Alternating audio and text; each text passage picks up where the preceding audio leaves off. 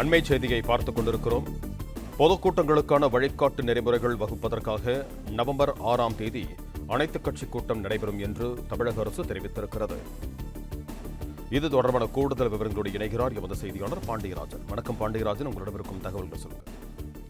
தமிழ்நாட்டில் பொதுக்கூட்டங்கள் மற்றும் பரப்புரைகள் நடத்த வழிகாட்டு நெறிமுறைகள் வகுப்பதற்கு தேர்தல் ஆணையத்தால் அங்கீகரிக்கப்பட்ட கட்சிகள் மற்றும் நாடாளுமன்ற சட்டமன்றத்தில் பிரதிநிதித்துவம் உள்ள கட்சிகளின் உறுப்பினர்களுடனான ஆலோசனை கூட்டம் 6ஆம் தேதி நவம்பர் மாதம் 6ஆம் தேதி நடைபெறும் என தெரிவிக்கப்பட்டிருக்கிறது.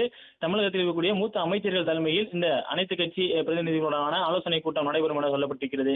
கடந்த 27/9/2025 அன்று கரூரில் நடைபெற்ற அரசியல் பரப்புரை கூட்டத்தில் ஏற்பட்ட கூட்ட நெரிசலில் சிக்கி 41 பேர் உயிரிழந்தனர். சம்பவத்தில் பாதிக்கப்பட்டவர்களுக்கு தமிழ்நாடு அரசின் சார்பில் நிவாரண உதவிகள் வழங்கப்பட்டதாகவும் தமிழ்நாடு அரசு சார்பில் வெளியிடக்கூடிய அந்த செய்திக்குறிப்பில் குறிப்பிடப்பட்டிருக்கிறது.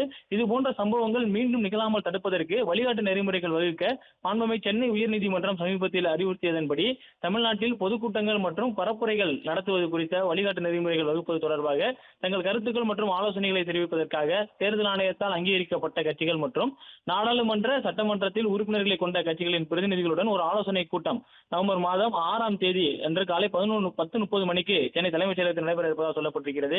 நாமக்கல் கவிஞர் மாளிகையில் இருக்கக்கூடிய அந்த 10வது தளத்தில் இந்த கூட்டம் நடைபெறும் என சொல்லப்பட்டிருக்கிறது. இக்கூட்டத்தில் பங்கு பெற கோரி அரசு தலைமைச் செயலாளர் அவர்கள் மூலமாக அந்த அழைப்பு என்பது விடுக்கப்பட்டிருக்கிறது. இனிமே வரக்கூடிய காலங்களில் தமிழகத்தில் தேர்தல் பரப்புரைகள் மற்றும் பிரச்சார கூட்டங்களை நடத்த வேண்டும் என்றால் அதற்கான நிலையான வழிகாட்டு நெறிமுறைகளை வெளியிட வேண்டும் என நீதிமன்றம் தெரிவித்திருந்தது.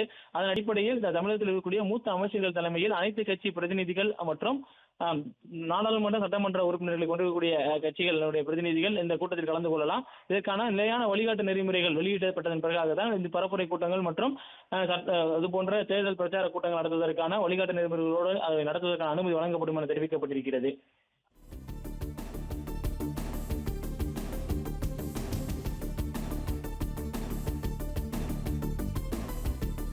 நன்றி பாண்டியராஜன், உங்கள் தகவல்களுக்கு.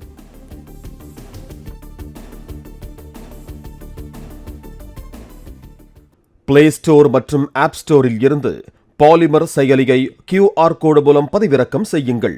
செய்திகளை உடனுக்குடன் பெறுங்கள்.